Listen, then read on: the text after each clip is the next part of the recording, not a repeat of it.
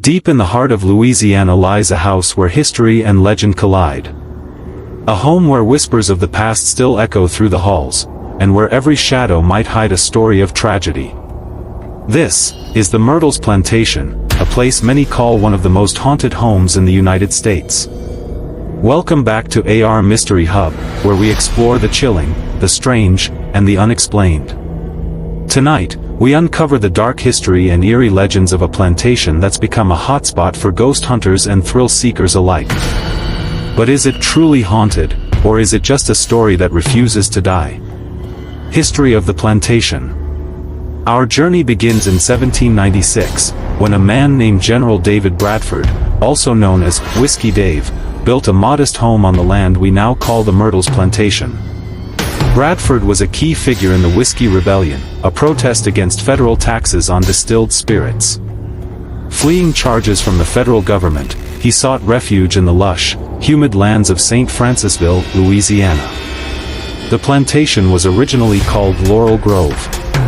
Over the years, the property passed to Bradford's daughter, Sarah Matilda, and her husband, Clark Woodruff.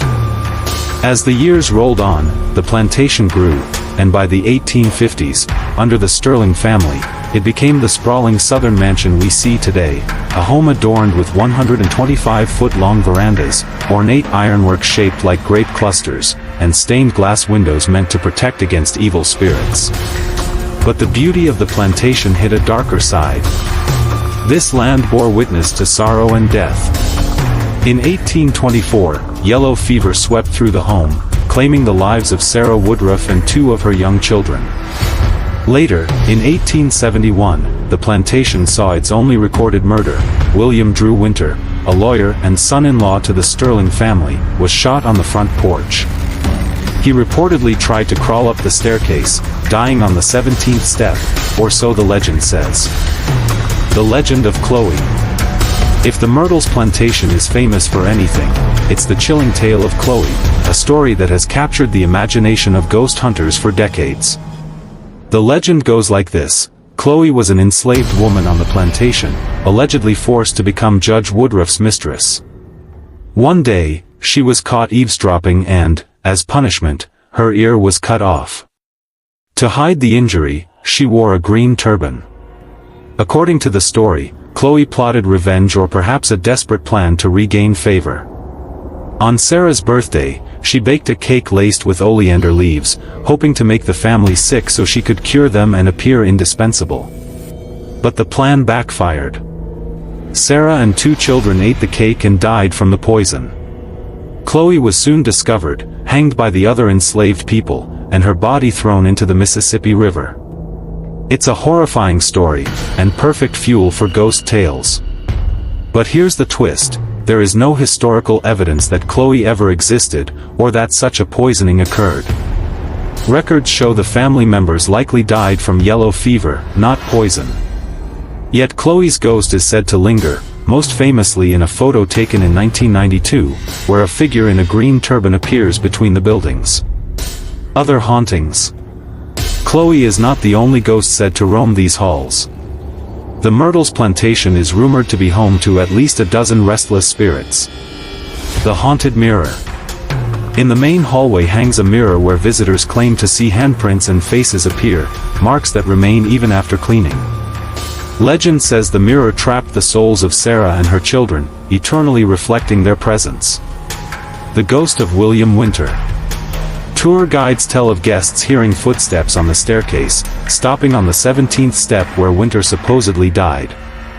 Some even report hearing a dying groan, echoing through the night. The Ghost Children and Soldiers. Guests have seen the apparitions of children playing on the porch, and shadows of Union soldiers said to have died on the property during the Civil War. Voodoo and the Native Woman.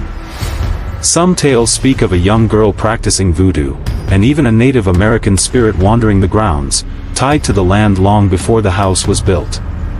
Paranormal investigations. Over the decades, countless paranormal investigators have visited the Myrtles Plantation. The house has been featured on shows like Unsolved Mysteries, Ghost Hunters, and Most Terrifying Places in America. Guests and investigators report ***. Cold spots and sudden drops in temperature. EVPs, or electronic voice phenomena, capturing whispers and names. Furniture moving by itself. Strong sense of perfume with no source. A piano playing a single note, when no one is there. One of the most famous captures is a photograph showing a transparent figure in antebellum clothing, standing near the porch. Skeptics claim it's a trick of light, but believers are convinced it's one of the house's many spirits. Myth versus history. The Myrtles Plantation thrives today not only as a historic site but as a ghost tourism hotspot. But here's the fascinating truth: much of its terrifying lore is myth layered on history.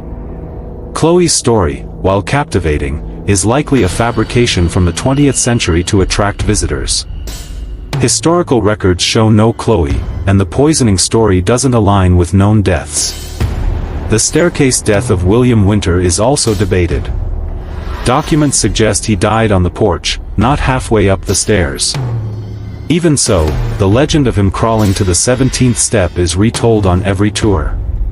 Asterisk, so why do these stories persist? Because ghost tales serve a purpose. They transform real historical pain into narratives we can explore without confronting the full horrors of slavery and tragedy. In the words of author Colin Dickey, ghost stories are how we process the things we'd rather not face. Whether or not you believe in ghosts, the Myrtles Plantation remains one of the most fascinating and unsettling places in America. Its halls carry the weight of history, its grounds whisper with legends, and its mirrors, well, they just might stare back. So, is it truly haunted, or just haunted by the past? That's for you to decide. Thanks for joining me on AR Mystery Hub. If you enjoyed this deep dive into one of America's most haunted homes, hit like, subscribe, and ring the bell to uncover more chilling mysteries with us. And tell me in the comments, would you spend a night at the Myrtles Plantation?